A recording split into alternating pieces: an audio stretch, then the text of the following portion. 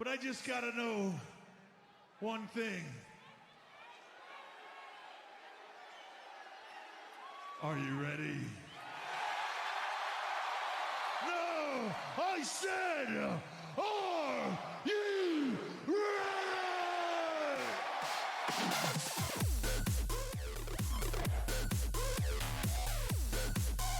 Hello there. Yeah, I forgot to update the stream title until after I started it, but that'll probably just make the VOD stream title wrong on Twitch.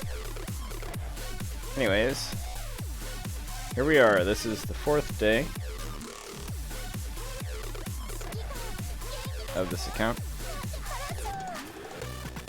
So I did not stream yesterday, but I was just farming, doing like production and everything.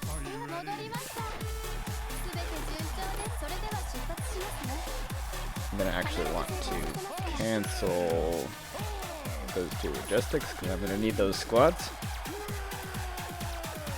I don't think I grabbed my special login reward for day 4 yet. Oh wow, it's 3 quick production contracts. Amazing! Day 7 is the one that I really want. But that's still 3 days out. IDW! I knew that was gonna happen.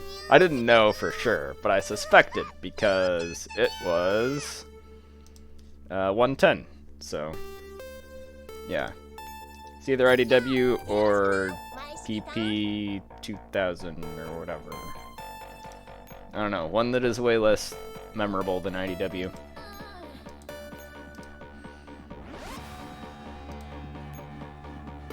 I don't like how quick production defaults to on every time. Like, every time you, like, switch accounts between devices or whatever, the quick production always defaults to on. I wouldn't mind if it defaulted to off every time, but ideally it should remember your selection. But, like, defaulting to off would be way better, because if you intend to quick produce and it's off, then you just do it after the fact.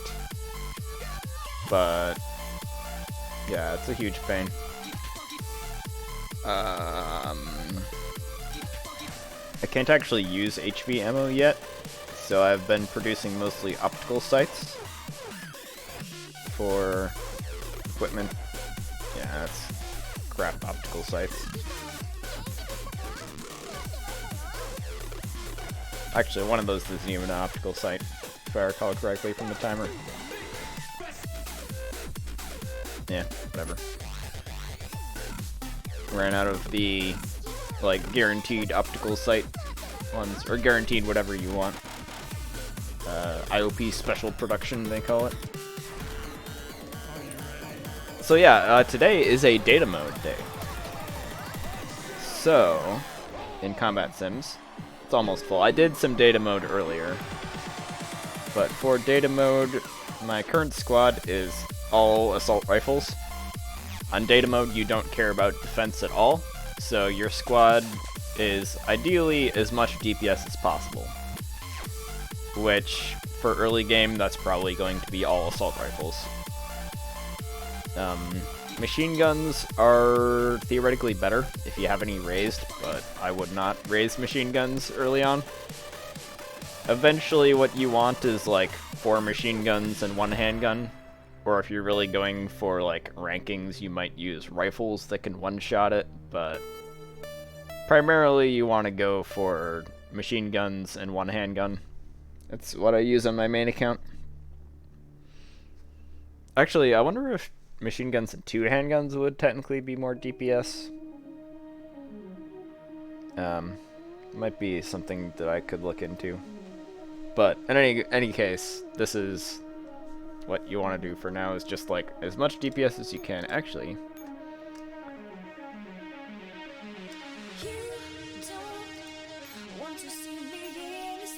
throw some accessories on here.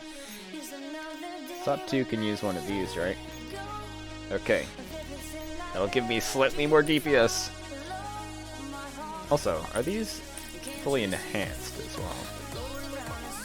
Enhance! I do have some capsules from yesterday. By the way, you got a peek in there at the second AN94 that I got. I got another one. That's ridiculous. I got 2 AN94s already on this account. So I'm probably gonna dummy link the second one into the first one at some point. Wait, more enhancements.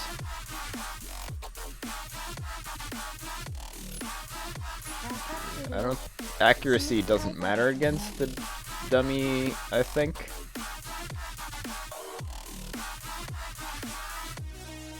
Yeah, I'm not gonna spend a capsule on one rate of fire.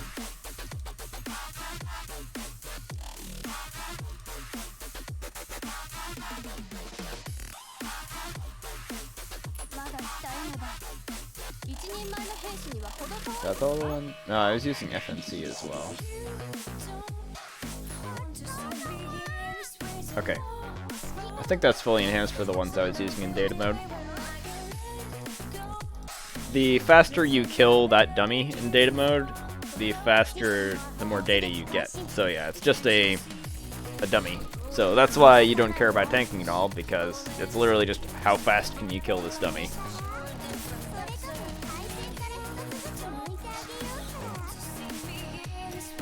And once you have like fully raised machine guns, you'll kill this much faster.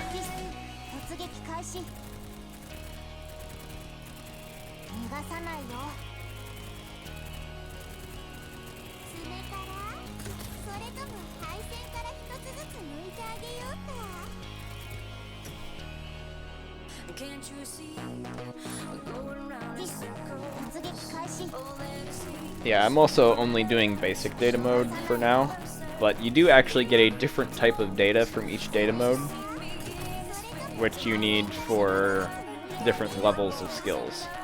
So even like super endgame, you still need to do basic data mode at some times because you need basic data for the first couple of skills. But you have to kind of do a balance of them. So I do probably want to do intermediate data mode at some point, but not right away, because I'm just going to want to raise my skills to a basic level for now.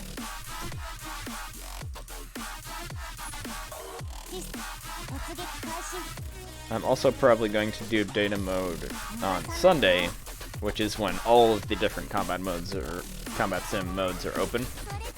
But like data mode is the highest priority. So in practice, Sunday is a data mode. Oh, what counts as a cute icon?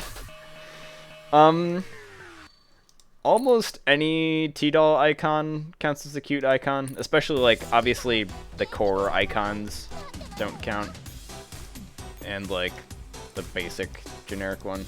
Can I get an icon yet on this account? No. I need like, I think some are less than 5,000, but I only have 300 friendship points, so I can't even get any icons yet. But like, cute T-doll faces, basically. Well, there are also some other ones, like, there's like a dinner gate one or something, but like, cores are not cute. I don't like core icons.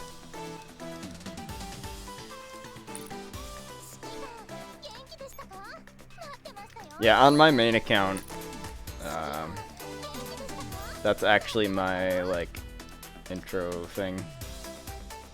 Only cute icons allowed. And I will actually, on my main account, turn down any friend requests from people who have, like, core icons. They didn't follow instructions.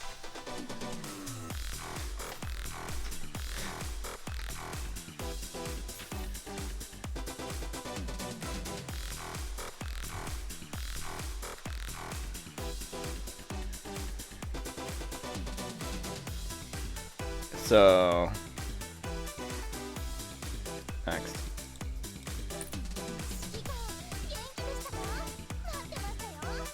I think that's basically all the like housekeeping stuff that I have to do for now.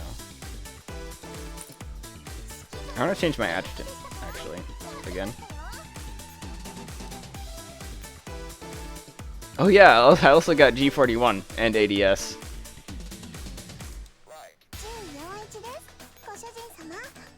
There. G41 is very cute.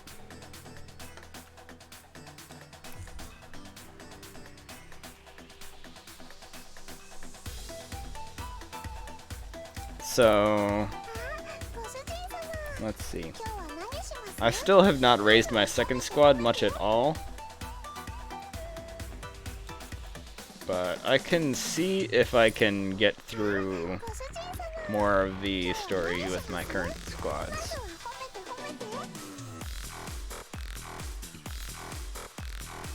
I would probably want to at least unlock Chapter 4, which will just be doing one mission.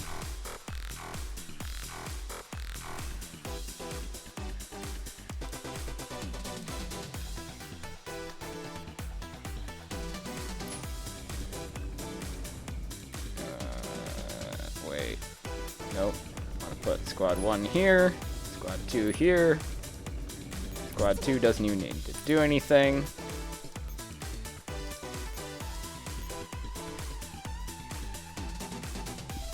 Sure, let's do that.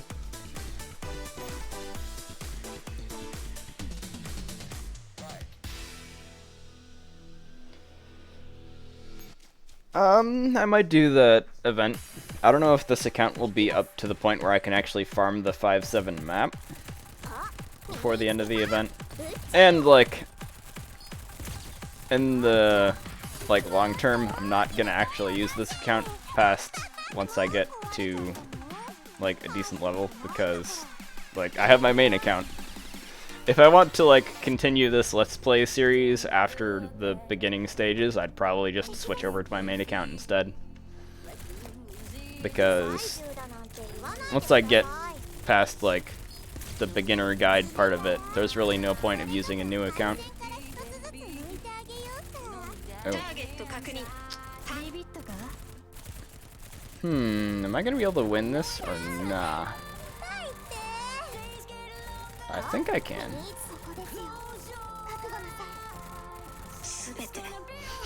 Alright. And that is why T-Dolls dying during boss battles doesn't penalize you with affection.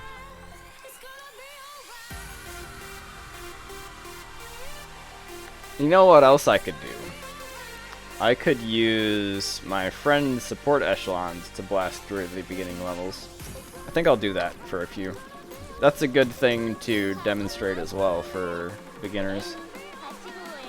I tend to prefer doing things with my own echelons, but if you're gonna want to speedrun through the story to, like, unlock things, it is easier to use your friend's support echelons for that. Oh, I got Star. Very nice.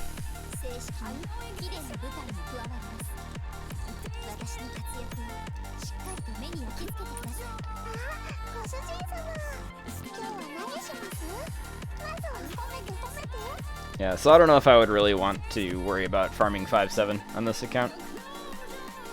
That's also why I'm not worried about, like, hanging on to the second AN94, because I'm not going to get to the point where having 2 AN94s would matter on this account. Whereas on my main account, I've kept more than one AN94, because I do kind of care about ranking stuff on it. In one of the past ranking events, I ranked in, like, the top 5 on my main account, although since then I haven't done as much of try-hard ranking stuff.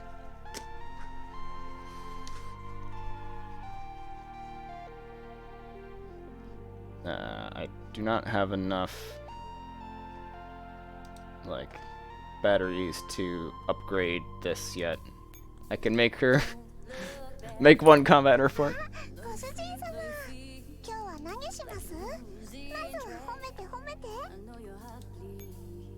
Yeah, actually, I do have on my YouTube channel a guide to the best 5-7 route in this event, which also happens to be on the same map that 5-7 is currently on. but that's because when this map ran the first time, 5-7 was a drop on the same map.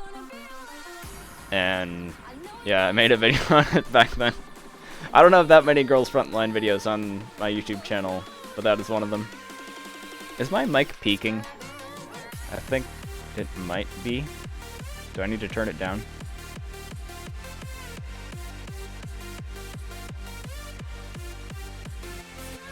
I think I saw it peaking there a little bit.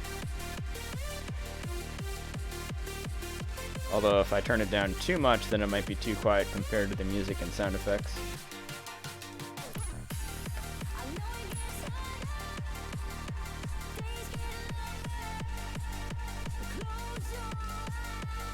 Alright.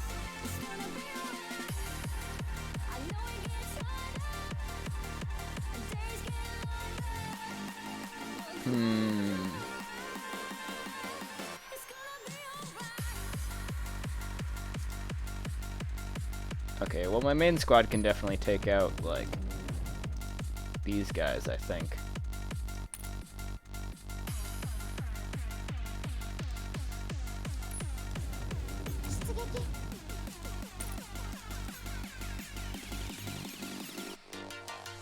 It was mostly that boss that was any sort of a challenge. What is fine?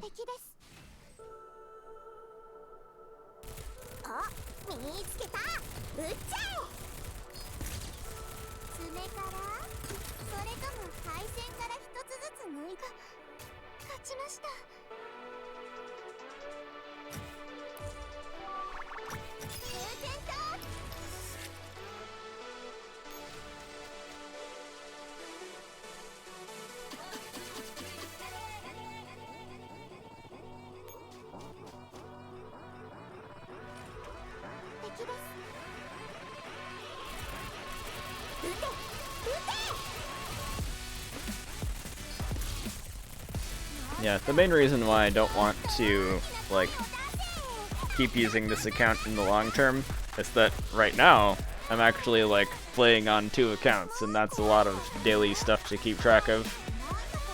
And I don't want to just, like, abandon my main account, because there's a lot of stuff on it, and I put a lot of time into it.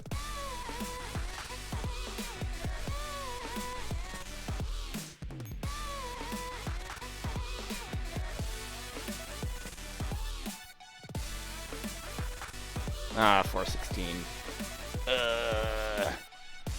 I think this part of the story is, like, the beginning of me hitting 416, maybe? She is my least favorite character in this game.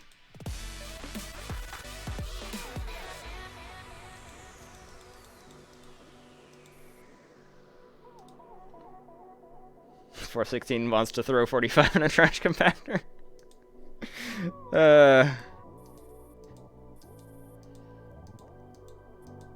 416 is just a dick to everyone, basically. But especially to M16 and to G11. M16 is my first Otha on my main account.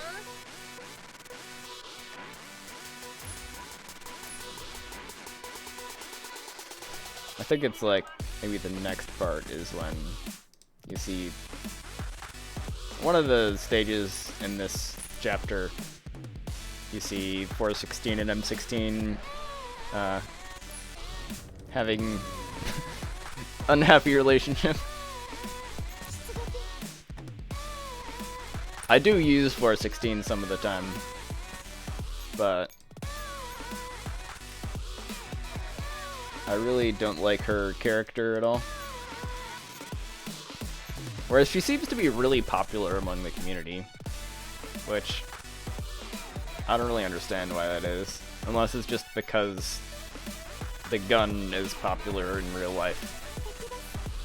Because, like, her character is very unlikable, in my opinion.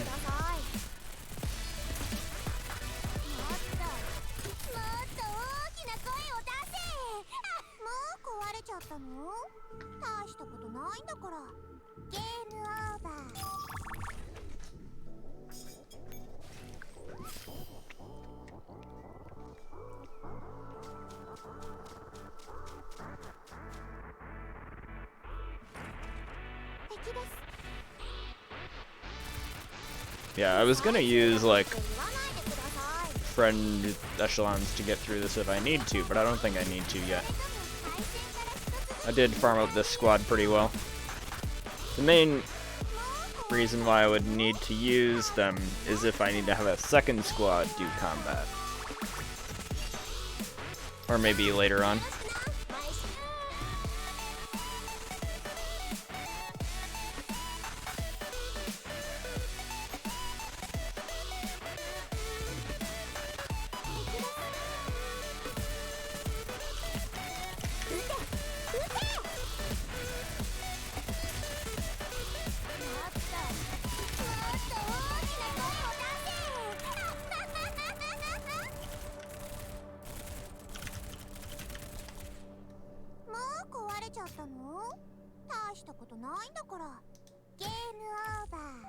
Yeah, I should probably put Star on my main squad at some point.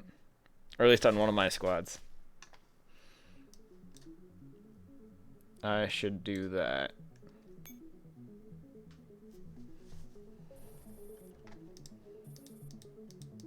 Is this the part where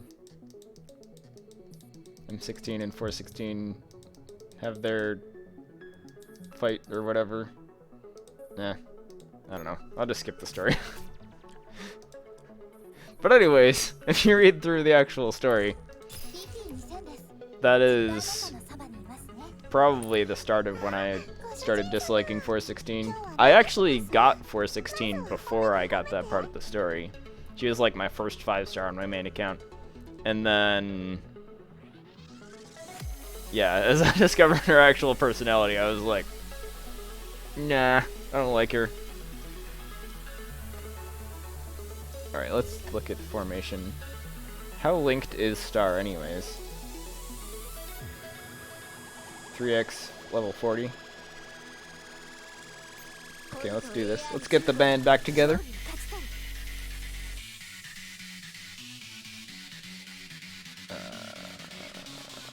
Okay, well, I guess I'll swap out AN94 for Oats for now. Because AN94 isn't raised. Yeah. I'll probably raise AN94 once I get to this phase where I can do corpse striking, because that's more realistically when you want to be focusing on 5 stars.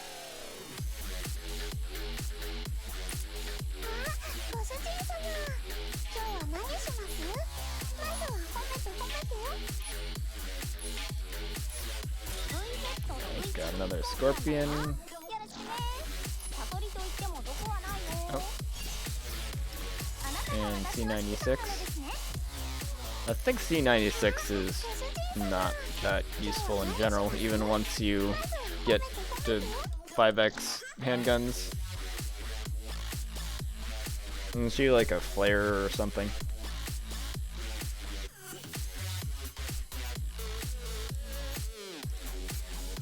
Oh, I do have some... Wait, no, I want to swap these. Yeah, I forgot I made some of those as well. That will help a little bit with the tankiness.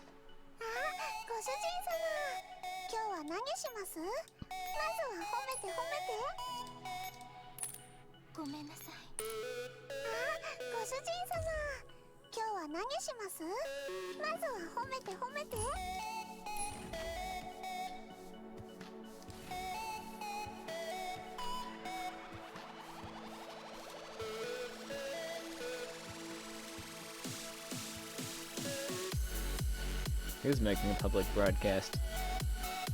Intruder. Ah! Intruder was like my favorite Sangvis.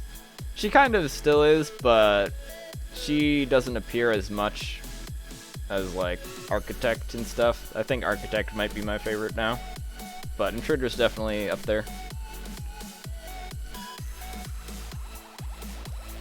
Her personality is so different than most of the other Sangvis, but then again, so is Architect.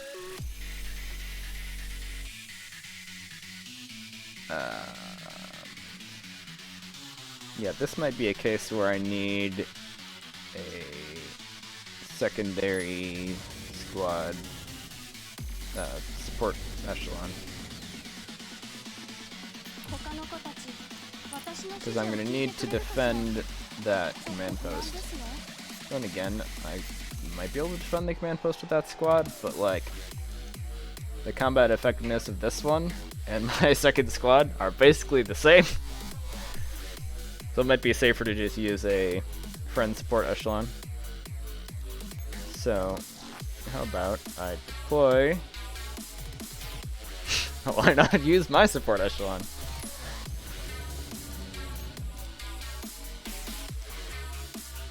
Got Mark 23 making an appearance.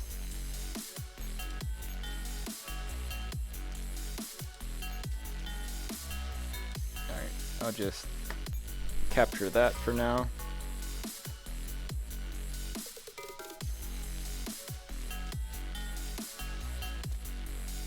Yeah, with support echelons you can give them different commands, but right now I just want it to hold position to defend the command post.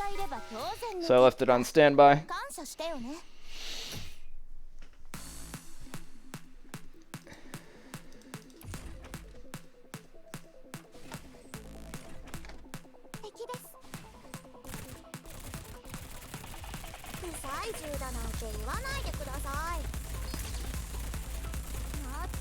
So you can make the support echelons actually attack the command post. So if I run into a really hard level, I might do that, rather than trying to take the command post myself. So like I could also set it to capture the HQ, in which case it'll move towards there at 1 node per turn. Or eliminate enemies, in which case it will attack enemies at 1 node per turn. So let's do that for now.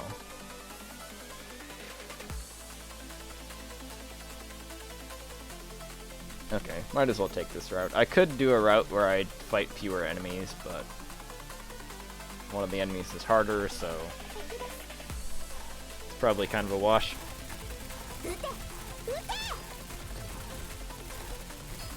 There is also an element of different enemy types being stronger against different squads, but for now, there aren't really any viable squad types besides ARSMG for the early game, so you don't really have to worry about that yet. But these Dragoons in the back tend to be stronger against HGRF squads than other units in general.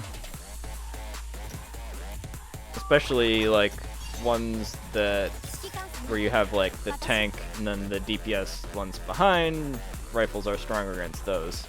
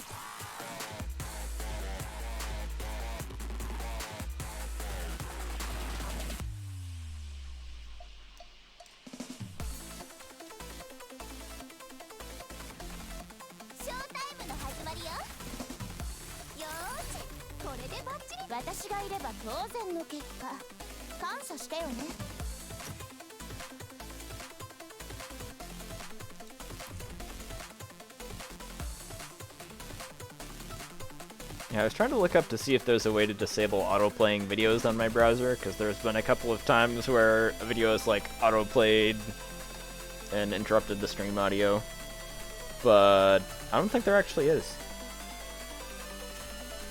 in the browser I'm using right now, which is unfortunate. There is in Firefox. Maybe I should just switch back to using Firefox, at least for the stream.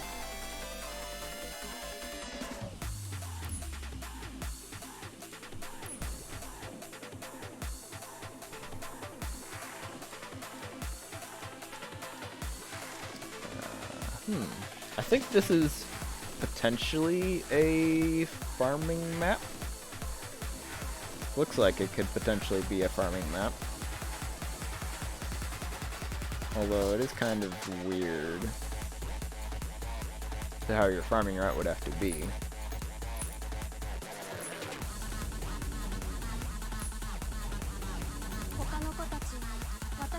But even if you just do 2 squads, you have 5 action points, so you could go, oh, not like that, like this. No, that's one too many. So you have to just do this so you deploy a second dummy squad. So you might need 2 dummy squads to make this really a good farming map. You could do this, but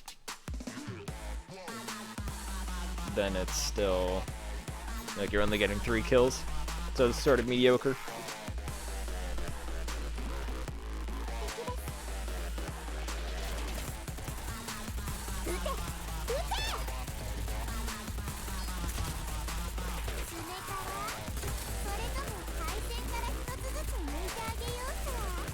I was really expecting those dragons to do more damage.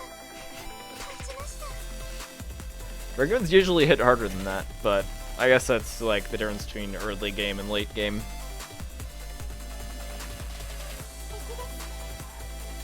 It seems like early on the balance of like DPS to tankiness tends to favor the enemies being tankier but doing less damage compared to late game, where the enemies do more damage but they're not tanky at all. Would it be 5 kills? Well, in any case, if I deployed on the upper heliport, I could do a different route than I did right now. I could have, like, gone around a different way. Or, wait, if I deployed my main squad on the upper heliport instead?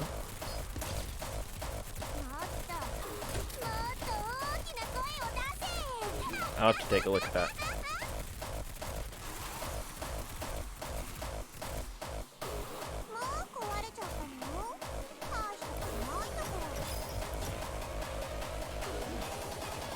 I don't think this was one of the main farming maps that was on the, like, that guide video. So if I had gone there, I can backtrack what the route would be. Because, like, I could do this route for 4 action points. But so I would be able to get... Wait, no, that is 5 action points. Okay. Yeah, I think that would be 5 kills. So yeah, you could do that for farming. That might be a good farming route.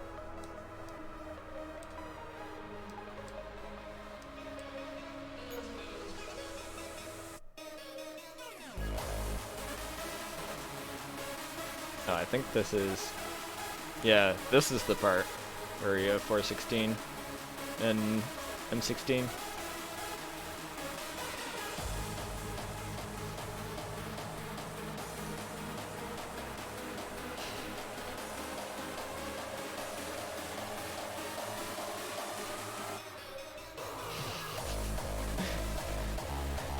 Well, I already like M16 at this point, but she is definitely not very nice to 416 either.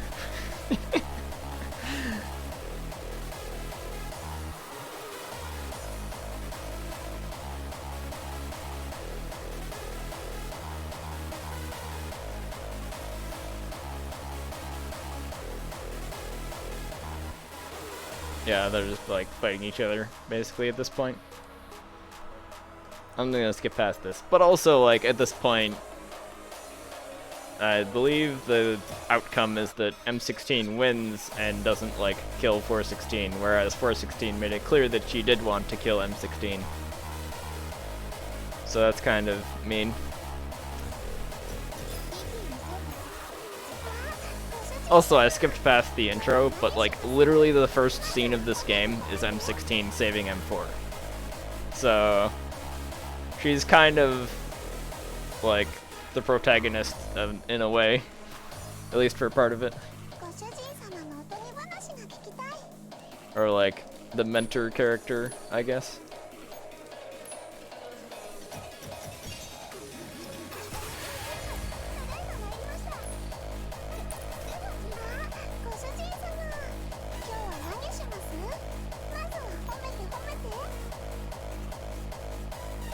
She like follows. I never really use actual live 2D skins. I usually don't like them. But I do like the animated skins. At least some of them.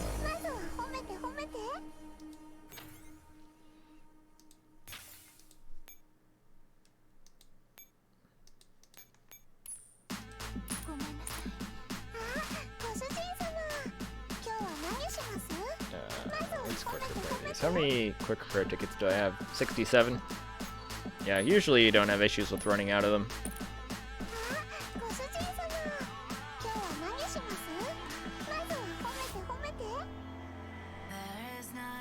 I guess let's try to push to the end of chapter 4.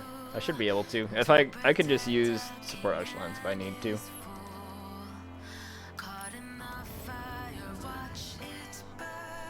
This map is kind of a mess.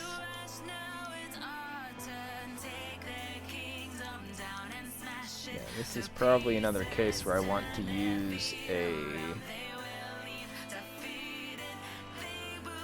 support echelon to defend.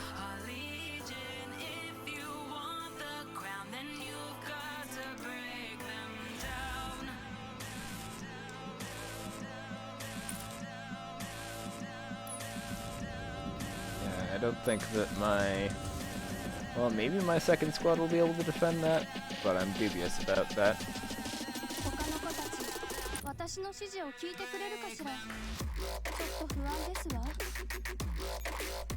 So, deploy a support echelon, and I'll just keep it on the command post to make absolutely sure the command post doesn't get taken. Oh, let me resupply this squad. And then I guess I'll see if that second squad can handle combat with those guys.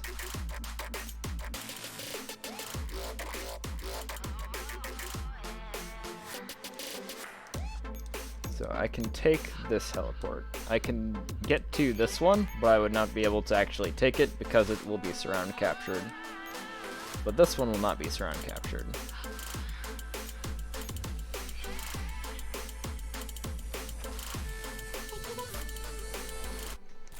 Oh, dodge the mortar. Micro god. Oh. I don't generally like microing very much in this game. But I might as well dodge mortars. At least if I'm paying attention.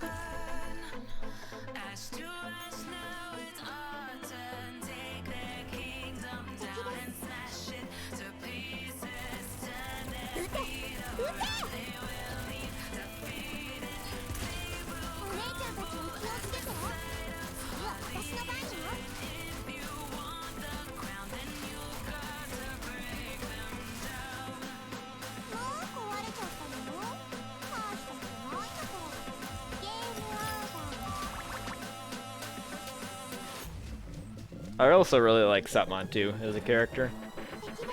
He's another one that I really like. So, of the AR team, Satmon 2 and M16 are definitely my favorites.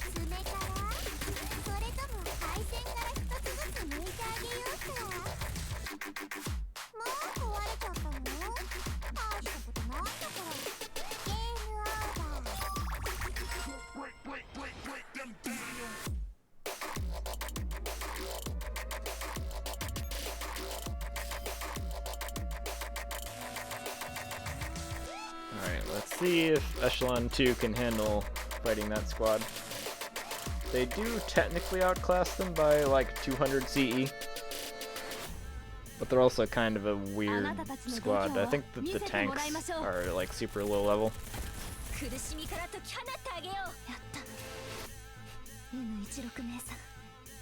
Yep. Oh, he found Satmon 2 annoying. Yeah. I don't really mind her like voice or whatever. I actually also like IDW more so than most people, so I have a high tolerance for potentially annoying characters.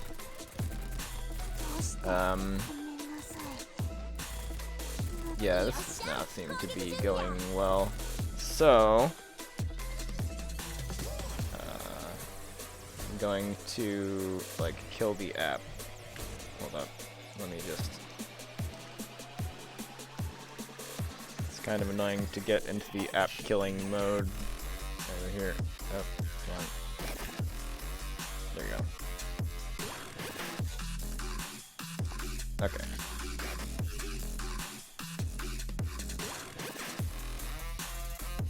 Yeah, and also I really like Mark 23, who some people might find annoying.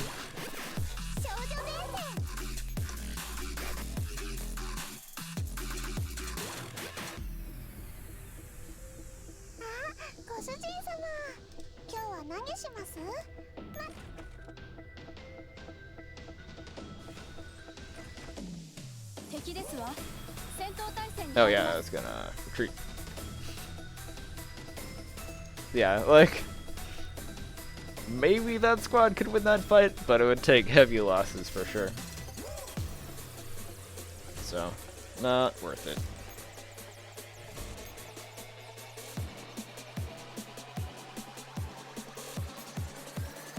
Didn't I select it?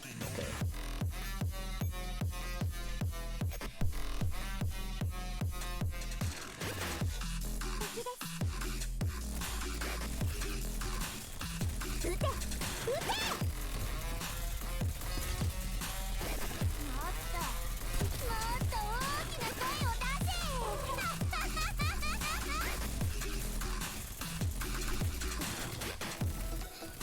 Yeah, these are those like DPS units that have tanks in front of them that I was mentioning earlier. So rifles are especially effective against those compared to regular units, because they will like prioritize targeting enemies further away. Whereas ARs will prioritize targets that are closer to them. So they'll usually shoot the tanks first. Is this still... And oh, this part. Yeah, okay. So at this part, M16 already like defeated 416. And then talks about it with 45. And 45 does not fight M16.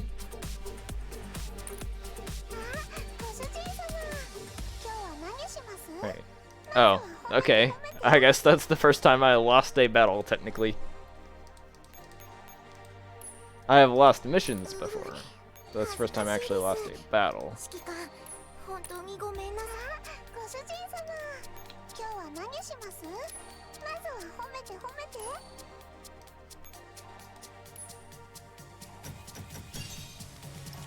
I got bar.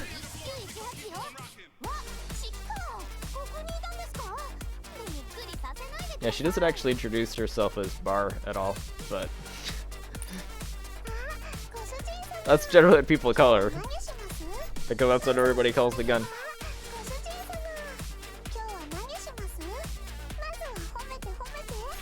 There's a few T-dolls like that where people don't call them by their actual name ever.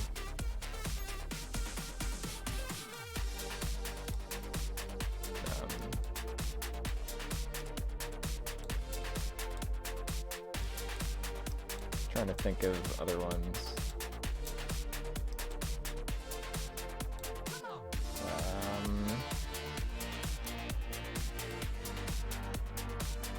Like the Colt revolver. What is her agenda? Oh yeah, SAA. People don't usually call her that. Grape as well. Yeah, Grape and Strawberry Carcanos. Because calling them by their actual names is confusing, because they have basically the same name.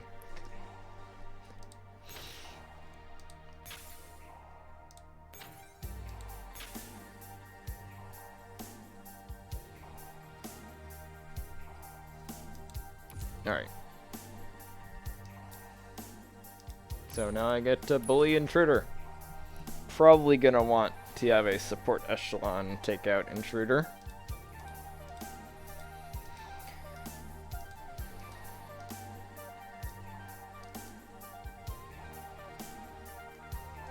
She's 8,000 CE. And I am 6,000, so that will probably not go very well.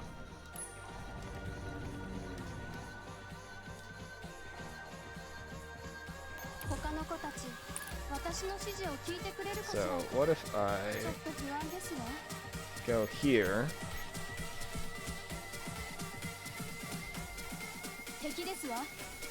Huh, I've never thought of that. I mean, usually the cooldown isn't an issue if you, like, have enough friends.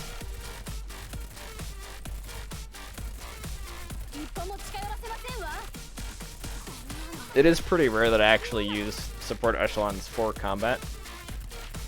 I usually use them just for the friend points.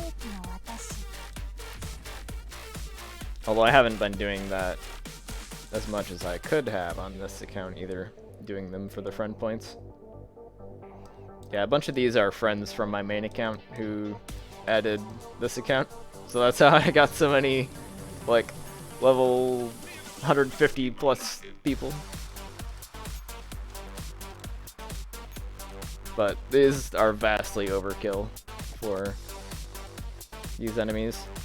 It's like 2,000, 58,000.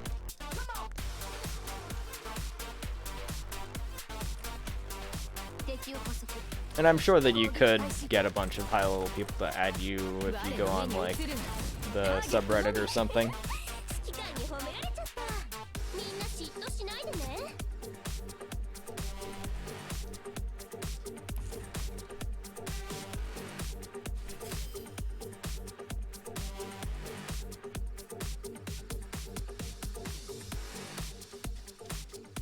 I will have to make sure that my command post doesn't get surround captured either.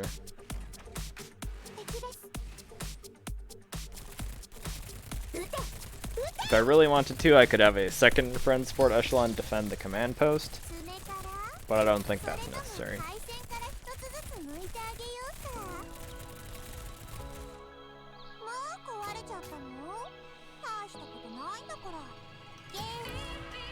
Actually, there is one map in particular that I farm on my main account where I use a friend support echelon for combat just so that my command post doesn't get surround captured.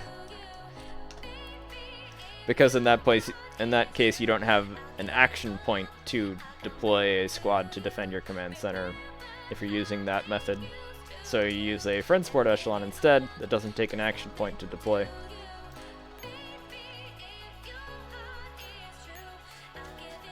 That's like 6-6, I think. No, it's like 7-6, which you have to farm sometimes for quests.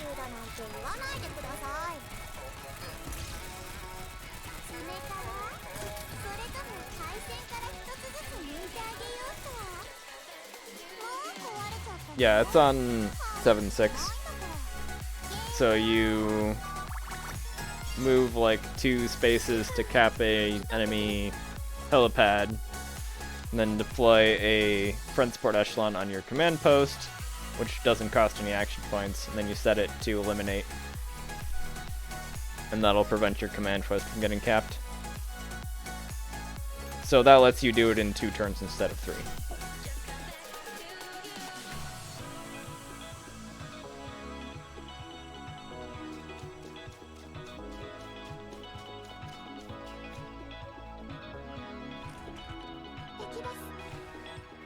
Yeah, if you want to be like a tryhard, then you want to do those intelligence quests to get your HOCs as raised as possible. But if you don't want to be like a ranking tryhard, then there's not that much point of it.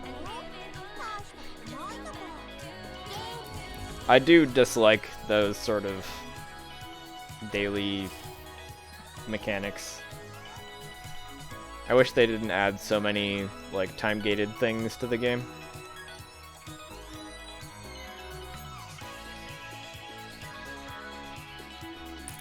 Okay. Should be good after this turn. Yeah, like when I first started playing this game, there were a lot fewer of those like time-gated mechanics. ミッションクリアだ。 Just like one hit the boss. But yeah, like a lot more of it was just like farming maps, like I've been doing on this account. But like everything that they've added since then, none of it involves farming maps for anything. It's all time-gated stuff, which is like not fun. Well, or if it involves farming maps at all, it's like, you farm these event maps 6 times every day. You better do it every day or you miss out on some currency. Instead of being able to farm it at your own pace. I don't like how it's time-gated.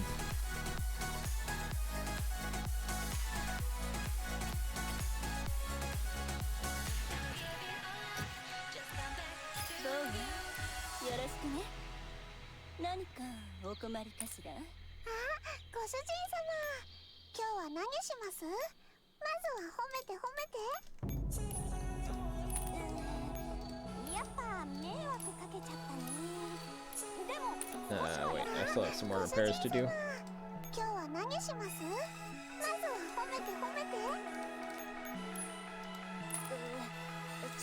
I wonder if anyone actually like uses 8 repair slots seriously.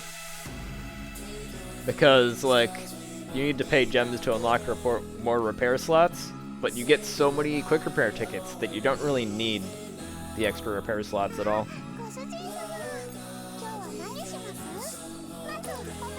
On my main account I have 5 repair slots so I can repair a full squad at once, but I feel like anything beyond that is definitely overkill.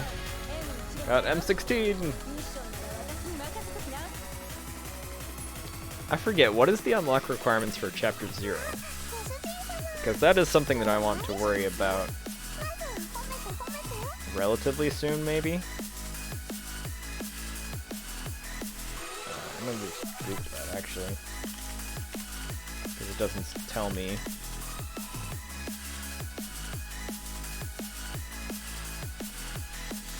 For 4E?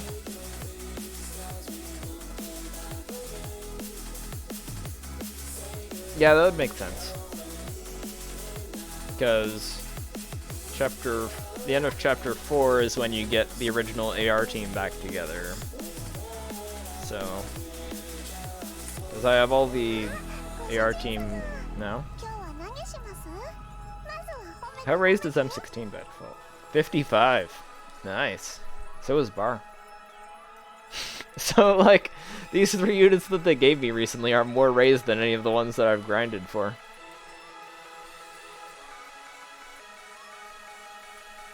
Yeah, I will want to go back and do all the emergency maps at some point. I also want to go back and get a bunch of gold medals at some point.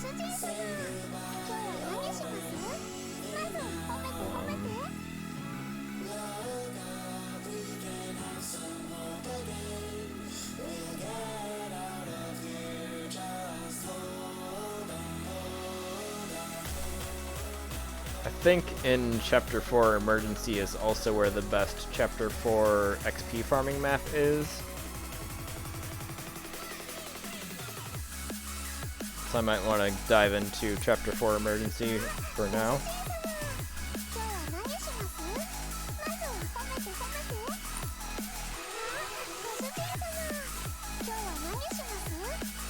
Oh, I have expeditions. I just noticed that icon there. Yeah, I think 4-3E is the best like XP farming map in Chapter 4. That was the one that was mentioned in that video that I referenced.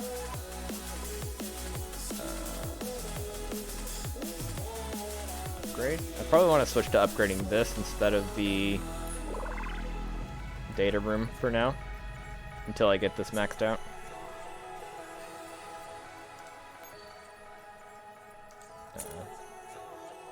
Might as well wait until I at least get that upgraded once before I send out an expedition, because it's 1 minute.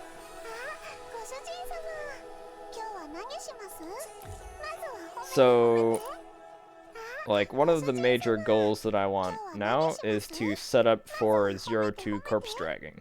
So that's why I want to unlock Chapter 0, and then I'll want to raise the T-dolls that are relevant for that, which includes M16, and then 2 assault rifle carries, which one of them is going to be SOP Mod 2. The other one is unclear, because I don't have any other grenadiers. Could be just Star. I do not have the armor plate yet either. That was another thing that I need for it. So I should probably switch to producing armor plates in hopes that I get a gold one. Oh, I clicked on the special order thing.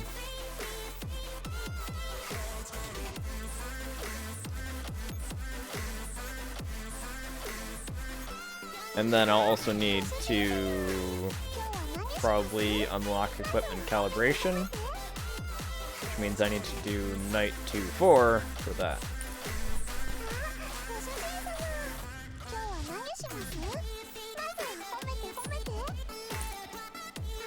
So that'll be somewhat of a long-term goal, but that is one of my main goals, is to get 0-2 corpse dragging set up, because that is basically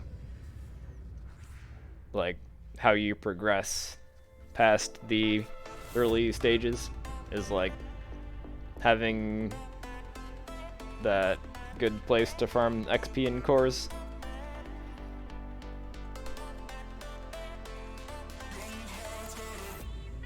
My ammo and manpower is so overcapped right now. What is my actual cap? 7,800. But they keep giving me so many resources. Okay, yeah, also, I should look at the logistics now. I now have access to more logistics. Up to Chapter 5, right? Yeah. So, let's look at the logistics up to Chapter 5. No, here.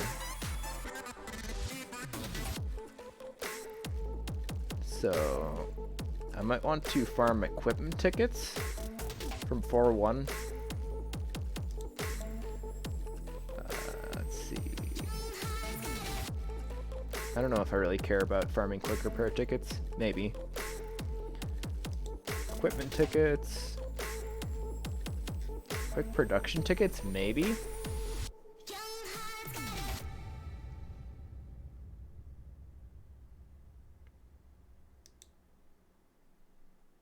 Might as well farm those so I can crank out more productions, because I am producing basically as fast as I can right now. And I don't want to buy more slots.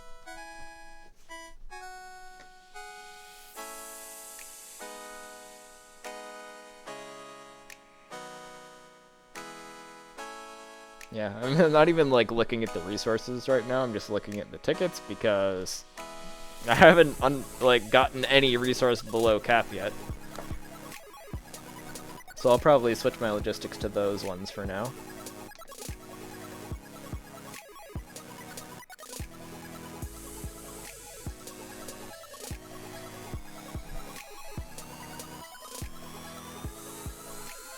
But eventually, like, I don't want to do logistics with my main 2 squads while I'm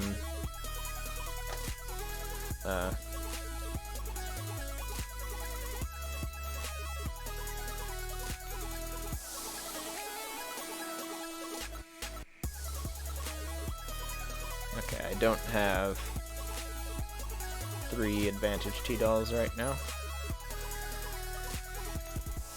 I don't have any pets. So, explore.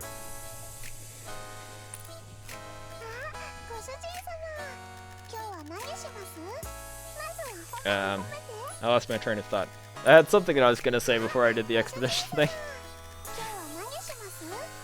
Well, it must not have been important. I should explain the expeditions. expeditions are kind of a resource sink in a way, because they take resources to do them, but they give you these materials from the expeditions, and you can use them to buy exclusive equipment, but also a whole bunch of good items. So these are the highest priority, and they are fresh every month. So you want to ideally buy out all these items every month. And once you get your expeditions maxed out, that's pretty easy to do. So you just kind of run your expeditions as much as possible. And in particular, these things, which I think you can only get from expeditions, make equipment enhancement like really easy. It used to be that you had to farm for equipment fodder to feed to your equipment to enhance it, but now you get enough of these that you don't really need to. You just enhance your equipment with this instead of with equipment fodder. So there's really no point of farming night maps for equipment drops, which is where you would get them previously. Cores are also very nice, because you would otherwise have to farm those from maps. And these are used for advanced mechanics that we haven't gotten to yet.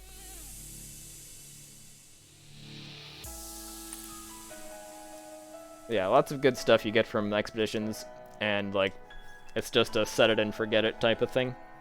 Although, the advantaged T-dolls change every week, so you do want to update those every week. But other than that, you just kind of let it go, and it gives you special stuff that you can't get otherwise, or can't get as easily otherwise.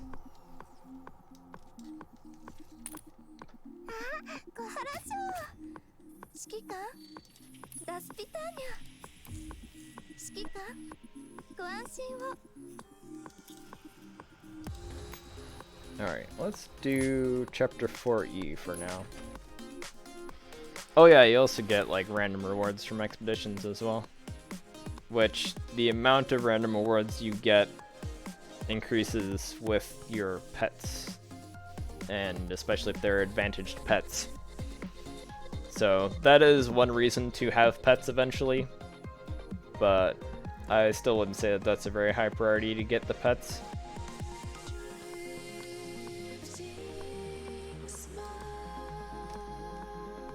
It is definitely a higher priority to actually upgrade the expedition room than it is to spend batteries on pets. You also get batteries from expeditions, so it kind of pays for itself in terms of batteries.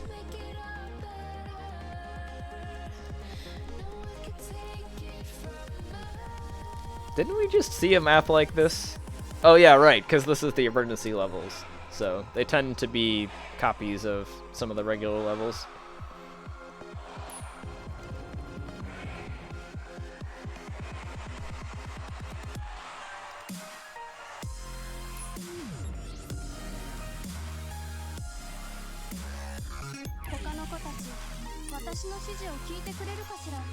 Alright, I think that this squad can handle one fight at least.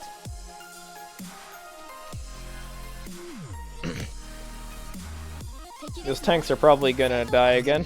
Yeah, because they're still 1x SMGs. I have not really done any SMG production because I already have good enough tanks for now. Might want to switch to doing SMG production at some point. Try to get some top tier SMGs. But DPS tends to be a higher priority than tankiness.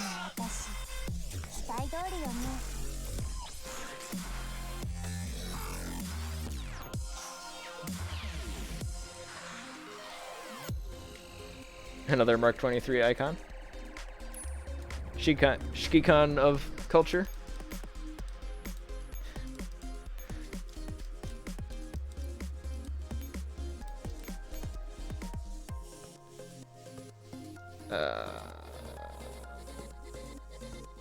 From here, yeah, I should be able to make it from there. Although I'll lose that one helipad unless I set the support echelon to eliminate.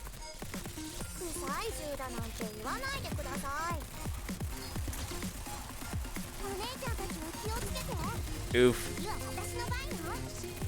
Yeah, I think UMP 45 isn't that uncommon, but I remember on my first account, it took me forever to get G11.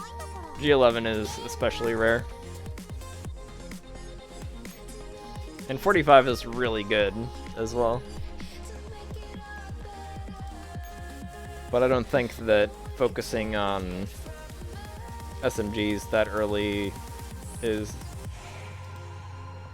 that useful, because I didn't need to deploy another support echelon here. Could have just set the other one to eliminate. Eh.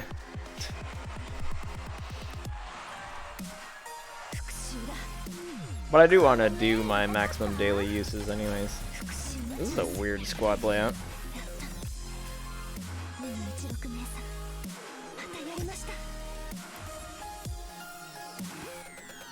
But why though? Like, Star was not on PX4's tiles. Was it just an accident to have it in that layout? It might have been. Because that squad composition would make more sense if it was laid out in a better manner.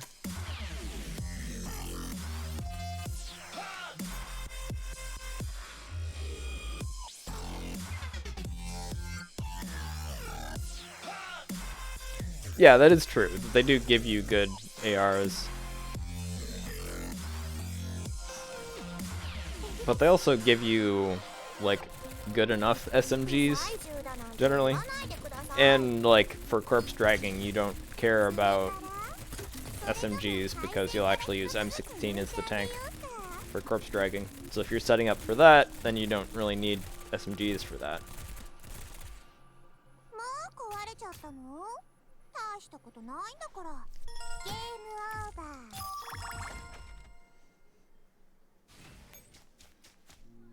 But like most of what SMGs are for early game is just being like stat sticks for HP and evasion.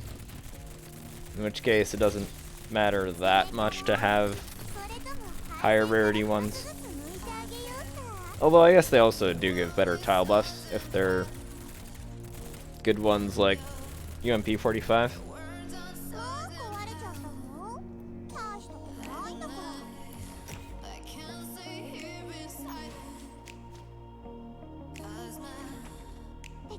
So, I'll probably do some SMG crafts. Because I have, well, I mean, besides the AR team, I also have like AN94 now. I have a couple of top tier, or like, I don't know if I would call G41 top tier, but she's definitely like somewhere near the top. She's kind of like the average 5-star assault rifle that everyone else is compared to.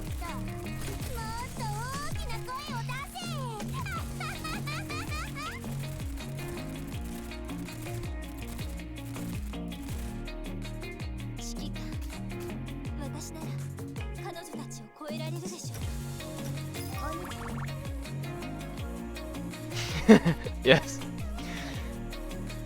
Hang on, I think I have a...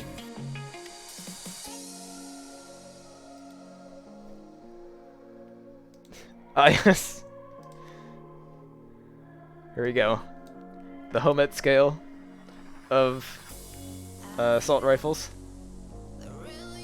This is great. Like, how many G41s is your AR worth?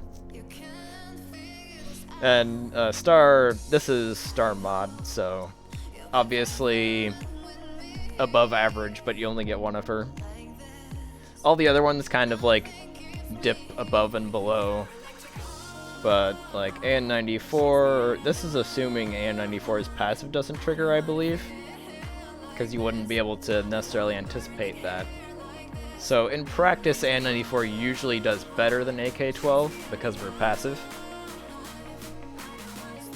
Yeah, AN-94 and AK-12 do net win in longer fights, but like they're still worse than G41 at some points, so it all depends on the length of the battle.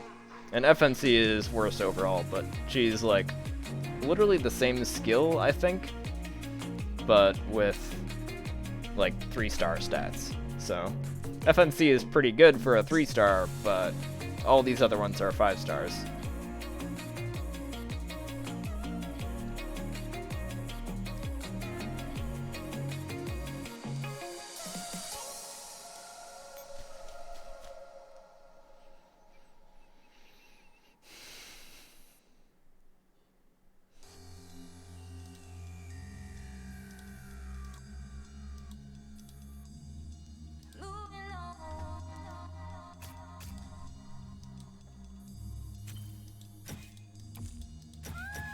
Oops.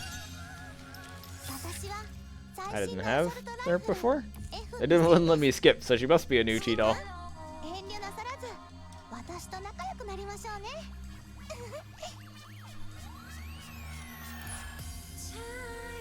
Yeah, let's do repairs. I'm definitely getting to the edge of my unit's capabilities at the moment.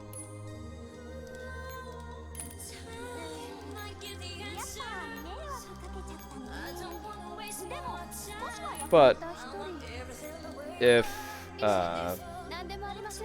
4-3E is a good farming map, then I could probably farm that even without my units being that strong, and I'll be able to like get their strength up relatively quickly. Just need to do a bunch of repair. Maybe I should use MP5. She is rather raised. Might as well throw MP5 in here. Yeah, because she's level 50. She's higher level than my current main tank. Let me yoink this one. She even has a magazine, but I don't have any hollow point. And then we shove Type 64 in here, so this team actually has some tankiness. Do I have any other... I have, like, Scorpion duplicates, but... Well, actually... Why not stick M16 on here? There we go. Now my second squad is much stronger than it was before. Wait, magazine.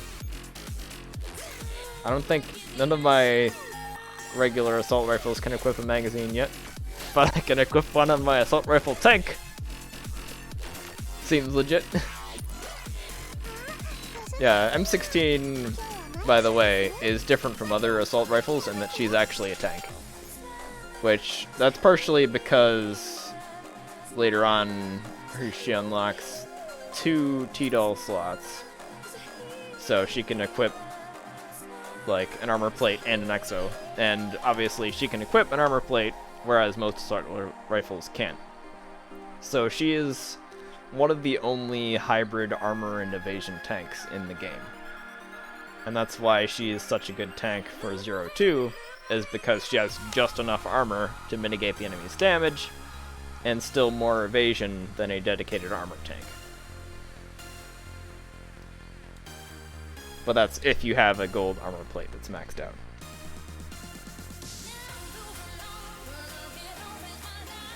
Also, M16 has a tank skill.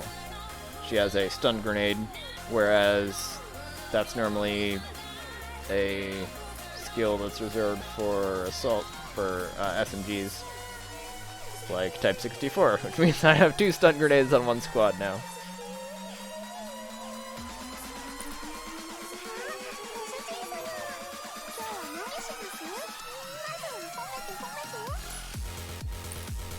Yeah, usually you don't use M16's skill because for corpse dragging she is not using any ammo.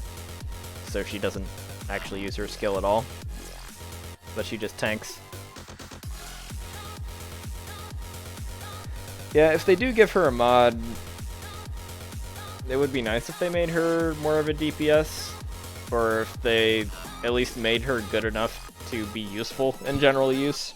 Unfortunately, for general use, she's generally not as good as an SMG tank, and that mostly comes down to the fact that she doesn't buff assault rifles. If they gave her tiles that buffed assault rifles behind her, like M4 does in front of her, so like M4 buffs other assault rifles within this formation. So if they gave M16 this tile buff pattern but flipped around behind her, then that would be useful to have her buff assault rifles like an SMG does. That would make her a lot more viable as a tank. And yeah, they could also just like improve her tankiness, potentially. That would be how I would do it if I were making M16 mod, I think. Because it's still interesting to have that unique role, but it's just that she doesn't fulfill that role as well as SMGs do, currently. But because she doesn't buff assault rifles at all, mainly. She actually buffs SMGs next to her.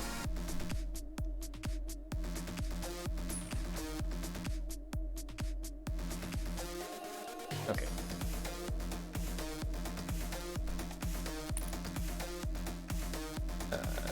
This map layout again.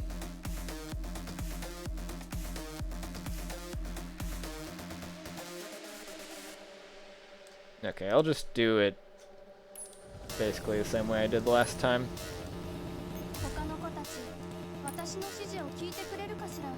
Just go straight there. That should be the easiest way to do it.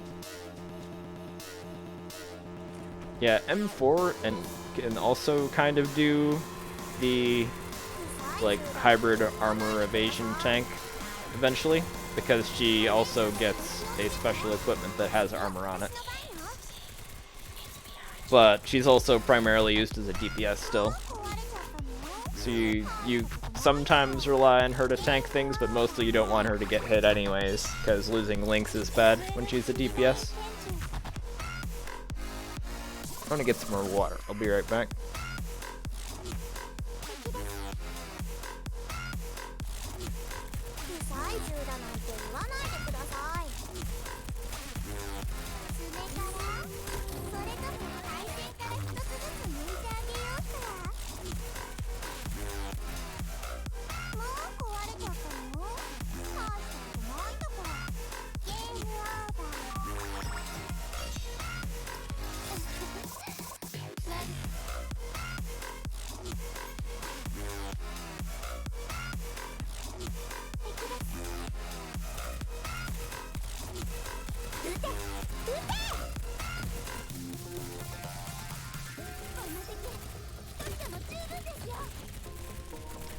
That thing about tile buffs is also most of the reason why UMP45 is so good, because she actually has the same tile buffs as M4, like the same values for the tile buffs, except that it's the 3 tiles behind her.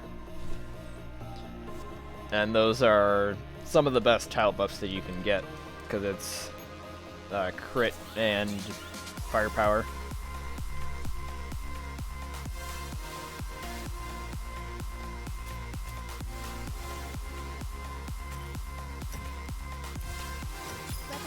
And UMP45's skill is pretty good as well as her stats. And I think it's most of the reason why she's like super top tier is that her tile buffs are disproportionately good.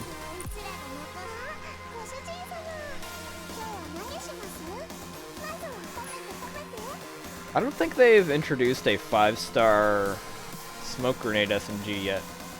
But even if they did, it might not be as good as UMP45, unless they also give it really good tile buffs. Yeah, they made a 5-star with the same skill as UMP9, which is type 79. And I really like Type 79 as well, but that's mostly because of her, like, design and personality. I think in terms of performance, Type 79 and UMP9 are kind of a wash. Because UMP9 is also relatively good for a 4-star.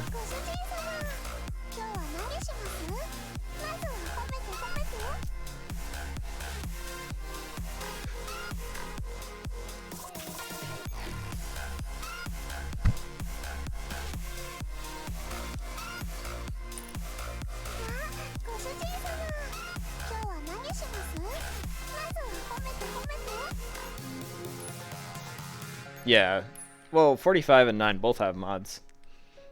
And like, before 45 had a mod, she was already a top tier SMG, and then they're like, well, I guess we're giving her a Digimon upgrade because story. Although I don't think her Digimon upgrade improved her that much, it still did improve a T-Doll that was already strong. There were quite a few of those, where they gave a mod to a T-Doll that was already top tier. But they did that to Calico as well, and that wasn't even for story reasons.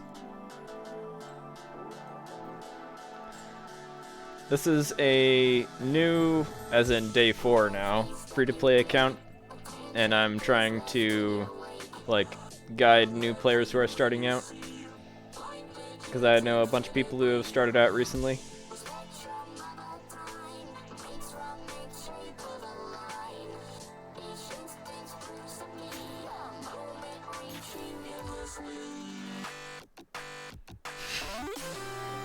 Cool.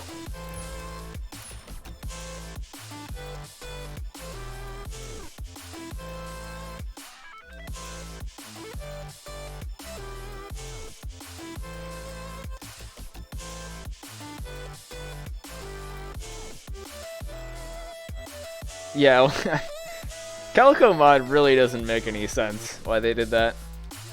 Yeah, this is a really good layout for a farming map. This is why this one is recommended for a farming map.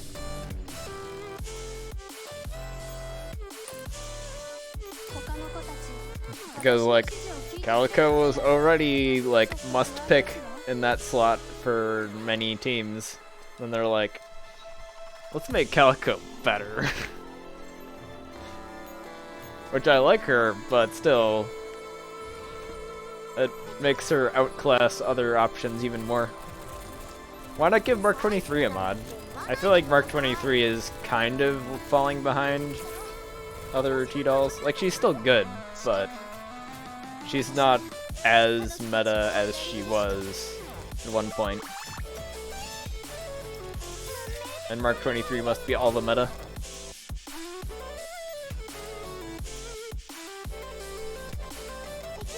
And there's loads of other T-Dolls that are, like, have never been meta that should probably get a mod.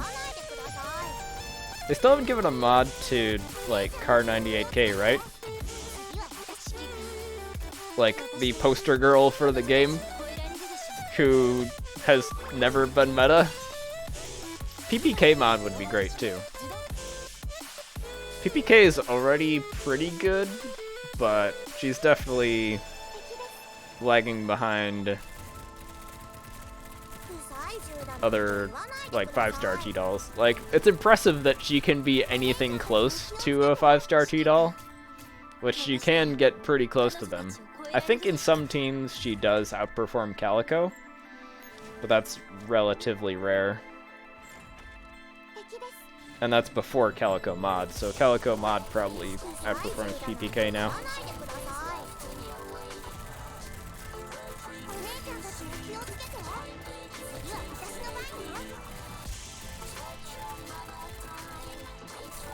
Yeah, it is definitely notable how good PPK is for a 2-star.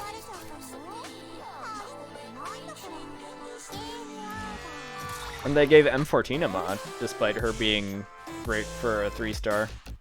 Like, M14 before being a mod was already competitive with top rifles, and now M14 mod is basically, like, the top rifle. Maybe not the only one, but she's definitely up there.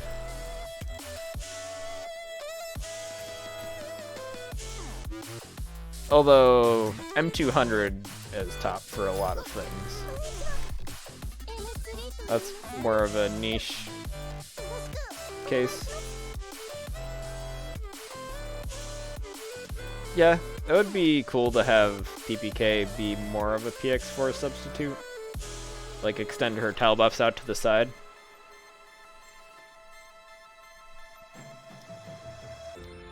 Well, as it is, she does function as kind of a substitute for 5-7 in a PX4 team. Or Python now. Because basically in a PX4 team you need to have Python or 5-7 to avoid your crit getting below 100. Whereas PPK can kind of substitute for that if you don't have either of those T-dolls, which are both event limited.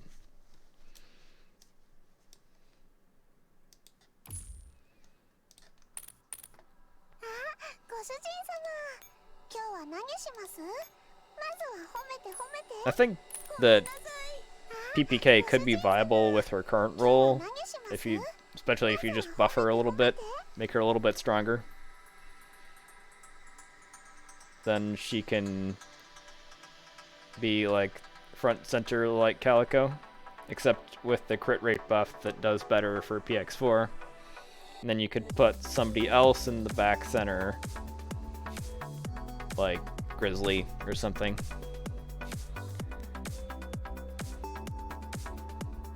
Well, like that's the thing about Mark 23 as well, like especially on HDRF teams, you're almost never gonna put Mark 23 in the front center unless you're running a rate of fire buffing team like Y2K, whatever. Because like Calico wants that slot, and Calico is definitely more compelling.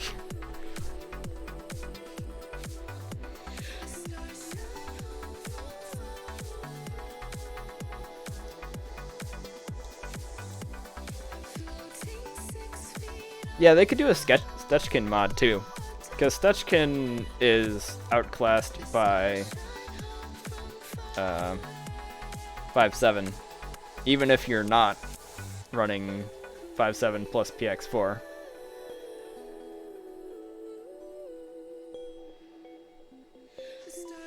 Yeah, and an M200 team as well. I forgot about that, but it'd have to be either like an M200 team or a rate of fire buffing team for you to not want to put Calico in there. Wait, Stechkin mod is a thing? Oh yeah, they did that recently, didn't they? Is that out on the English server? Well, I can't check on this account. I do remember seeing that announcement.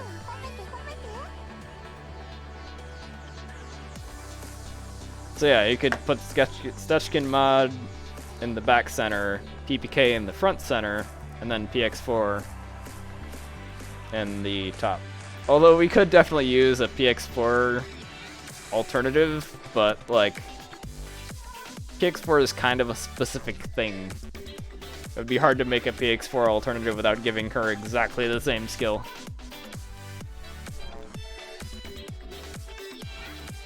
It is kind of weird that PX4 is like a must-use for that slot, but it's just because PX4 is that OP.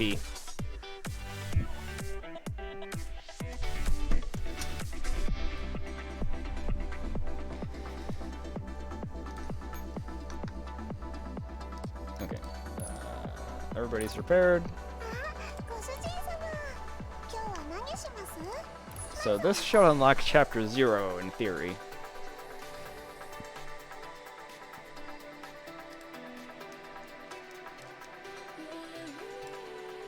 This is definitely going to be another case where I want to use a support echelon. Oh yeah, I can't deploy yet.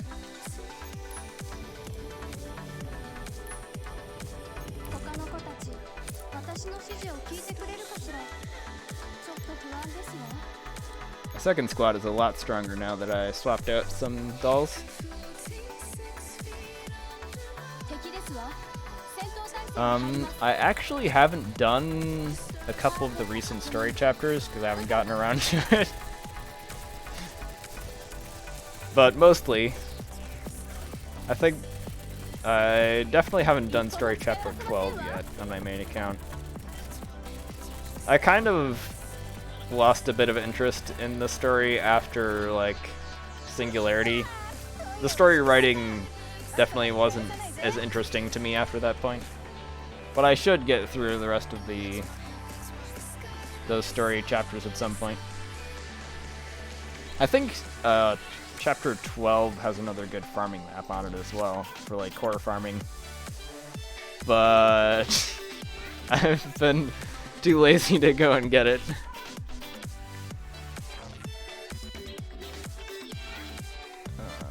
Okay, let's do this one.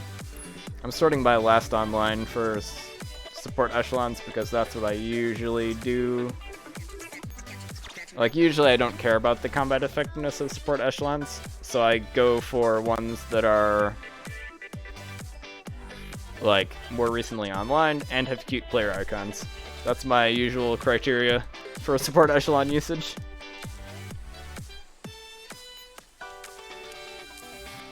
Tophoria is like a 0-2 alternative? Interesting, because 0-2 has been, like, the best in its class for ages.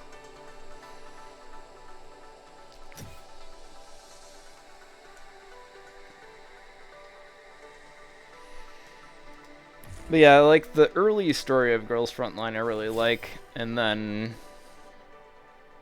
after Singularity, it got, like, really verbose and complicated, and I feel like it lost a lot of its focus there. Because, like, before that, it was more focused on character development of particular characters, and I feel like that's been lacking after Singularity.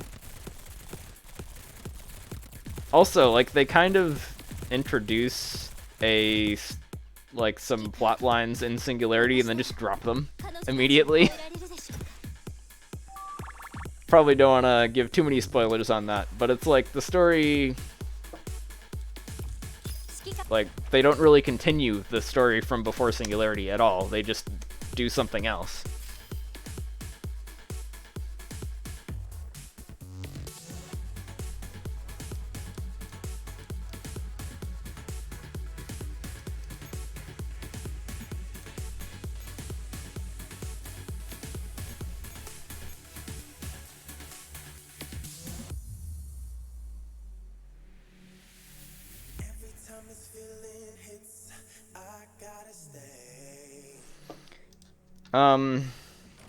Yeah, well, I'd be getting into spoilers.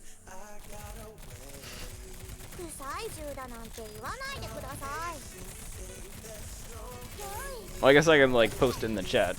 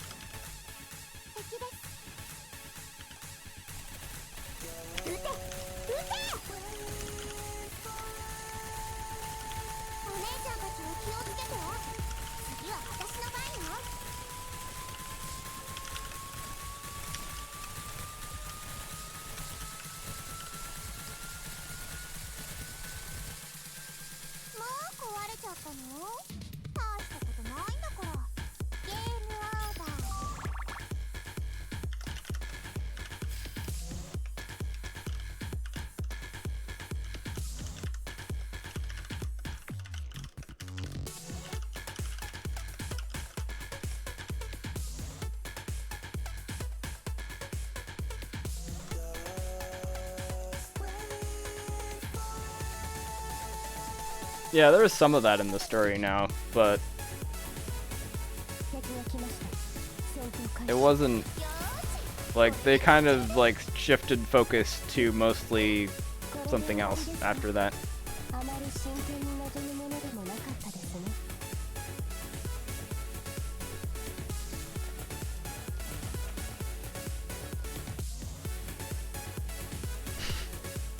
Anyways, it seems like there are some major things from Singularity that they just kind of... Like, from what I've heard, Singularity was the intended end of Girls Frontline's story, and then everything after that, they kind of were winging it. So everything after that was intended to be part of, like, a sequel or something. So that's why there's such a dramatic shift in the way the story is.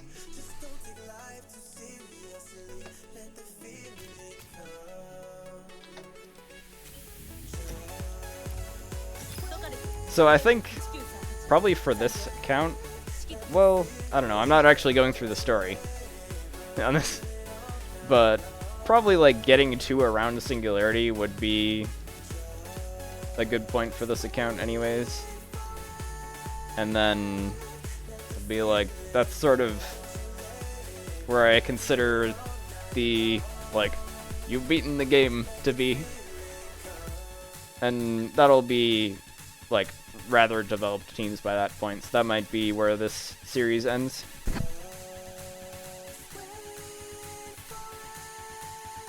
Okay, I did unlock Chapter 0. So now I can actually get all the way to 02. And I think I might actually be able to farm 02 already. Because 02 is disproportionately easy for how much XP you get from it. Which that is part of the reason why there wasn't a 02 alternative for farming until maybe 12.4e. Because 02 is just so easy for what it gives you.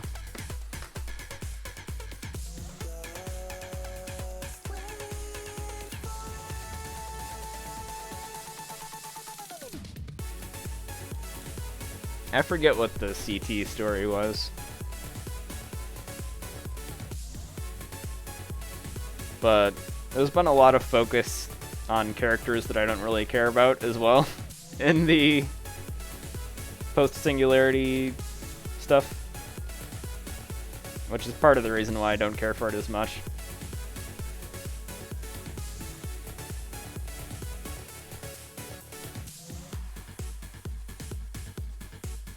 Sorry, I don't care that much for 404 and Defy. I do like AN94 especially, but like there's very little development of those characters, of the Defy characters in particular. And the 404 characters are somewhat developed, but most of them are not very likable, in my opinion.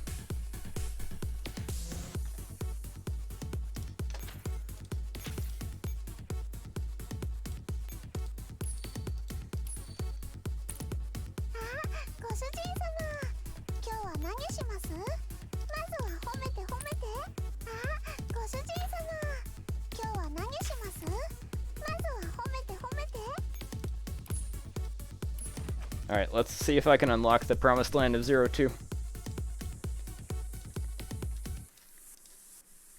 Oh, I'm running into 8,000 regular enemies now. Although I can just have a friend echelon kill it. How am I doing on friend echelon uses? Holy Bob Ross.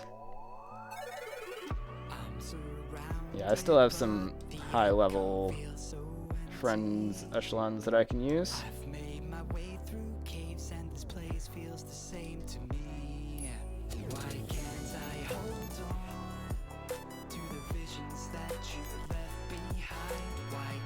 Yeah, I'll just have a friend echelon do this.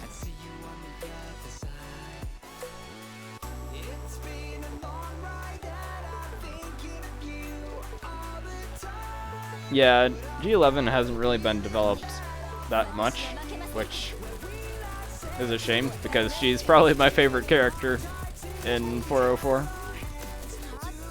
does get a little bit developed, but yeah, the more likable characters in 404 are the ones that don't get developed very much, which sucks.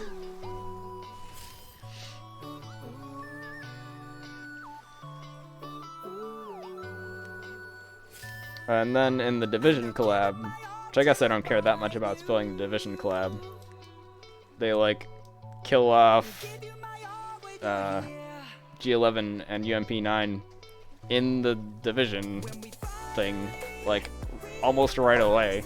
And it's just like, now you only get the other 404 members.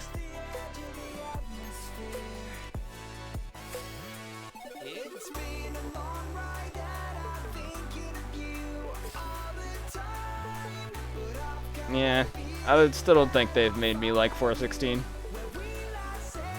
I guess her character has become a little more understandable, but she's still just not very nice.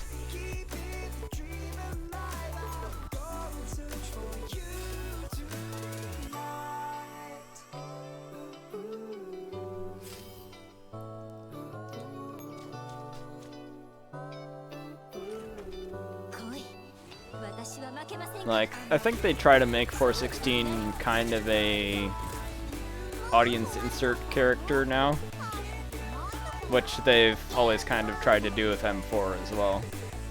She's just like a sort of generic main character-ish person.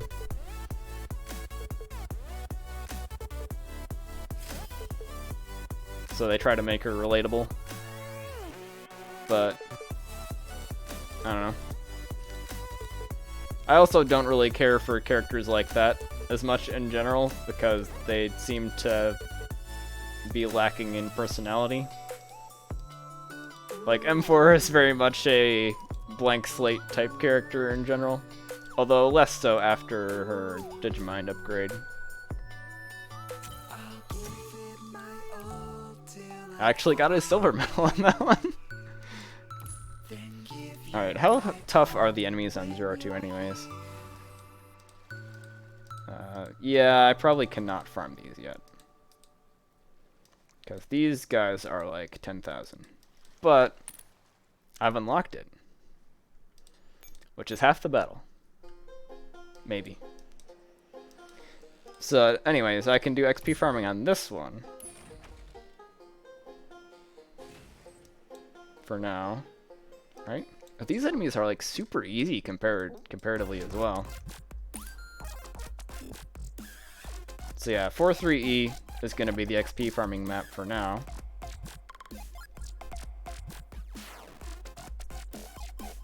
And I'll try to farm up.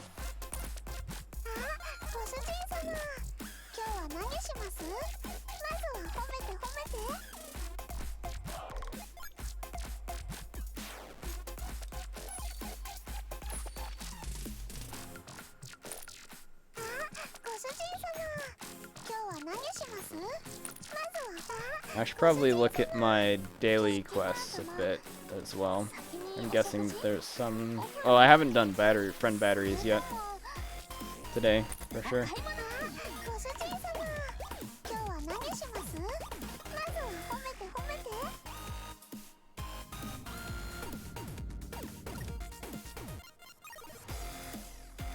Aw, nobody's visiting me. I'm so lonely.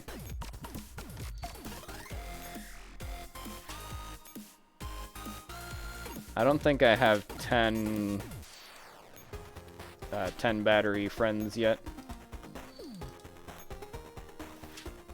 But I have quite a few, because I got those high-level people to add me.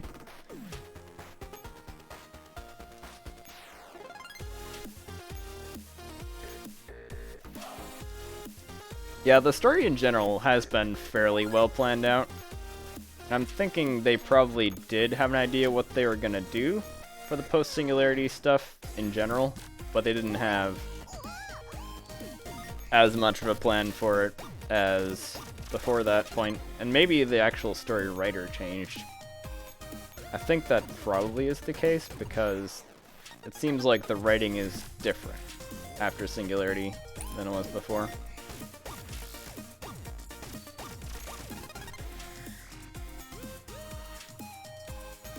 so I got through all my friends.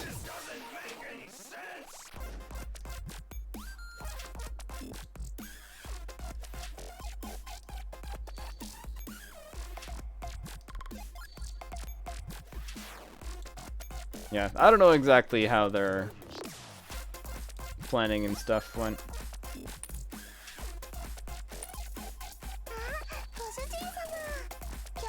Acquire 500 batteries.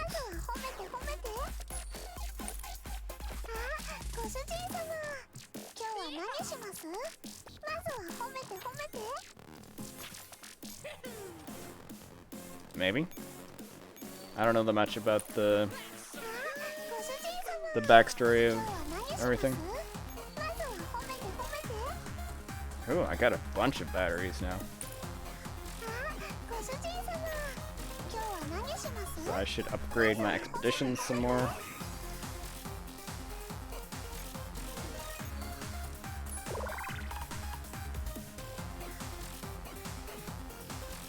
Yeah, there's a bunch of those spin-off games coming out soon as well. So there's going to be a lot more stuff in this universe. And hopefully with those games it reaches more of a broad audience, because yeah, Girls Frontline is extremely niche for like how good it is and how dedicated the fan base is. If you look at like the UID of this account is like 1.2 million. So like I'm pretty sure there are only this many accounts on the EN server. So there's definitely way less active accounts than that. And like it's a shame, because like this game is really good, at least in some ways. And it's like really not very well known. But who knows, maybe some of those spin-off games will hit a wider audience.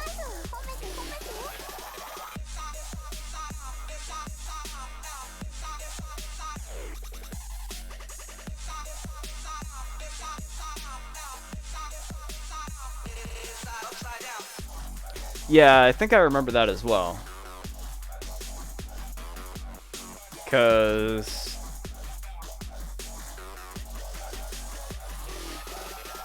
well, I haven't read through chapter 12 yet, but in the last major event, they revealed something about something that happened earlier in the story. I think it might have been chapter 5. Yeah, I'll have to get through chapter 12 on my main account sometime. I don't know if I'll even do that while I'm doing this Let's Play, because there's a lot of stuff to do between two accounts now. I'm also playing Genshin Impact as well, so I'm also doing that.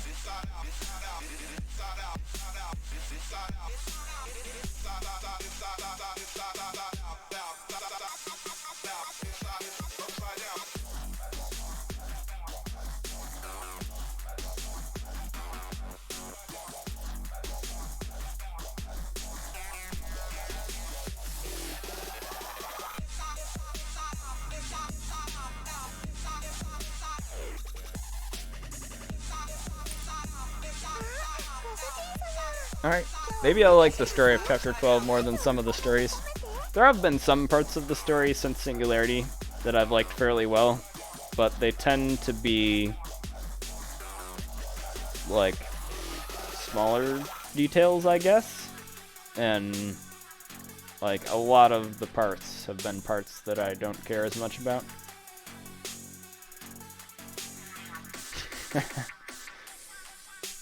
Yeah.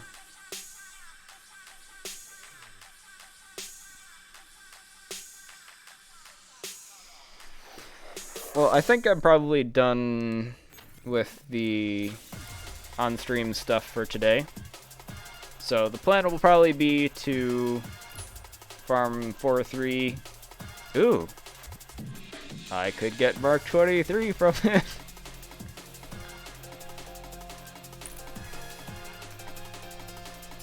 I'm not really crafting any handguns because they aren't useful yet. but I wouldn't mind getting Mark 23, of course. She is kind of the name of this account.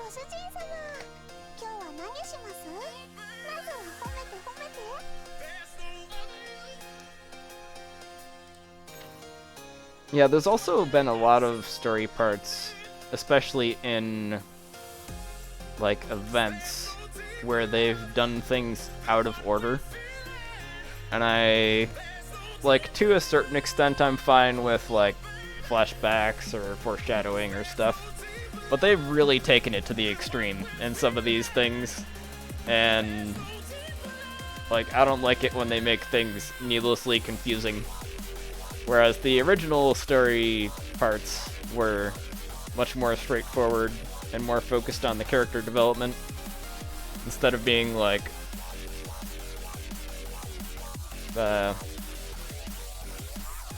it's trying to be like M. Night Shyamalan with a lot of the more recent stuff. It's like, what a twist!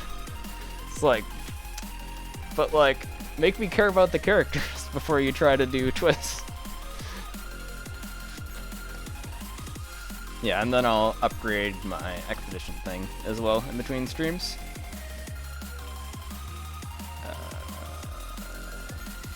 And do combat sims and everything.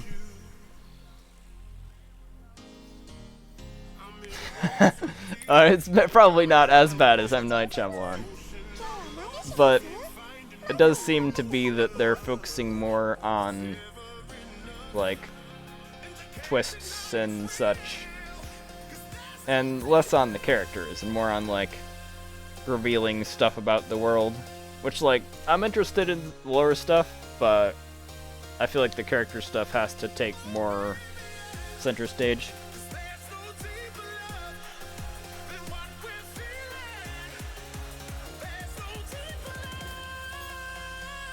Yeah, so I think I'll probably take 2 days between streams again. And do another stream on what will be Sunday night in my time zone. Probably. Well, maybe not even then. It might be 3 days between streams. Certainly 3 days from now is when I will get Mark 23 guaranteed. So I might as well do a stream then, I guess. And I do maybe want to farm up to at least close to where I can beat 0-2, or like do 0-2 corpse dragging. Oh yeah, I should do skill upgrading, and maybe I can explain that a bit as well. So, like, the first couple of levels take basic training data, and then after that they take intermediate, and then for the last couple of levels they take advanced training data. And skill upgrades, like, improve your T-Doll's skill. Pretty straightforward. Every T-Doll has one skill by default, and then they get another one if they have a Digimind upgrade. But you wanna focus on raising those. So, SOP 2 I definitely want to raise the skill on. My other corpse dragon carry is probably going to be Star, I guess. Star is okay for it, but I would prefer to have another, like, Grenadier, but I don't have another Grenadier. Certainly for early on, Grenadiers are more effective at it, but I don't have another one. Well, I do have, like, G3, but I don't have any other top-tier Grenadiers. So I'll raise their skills as well.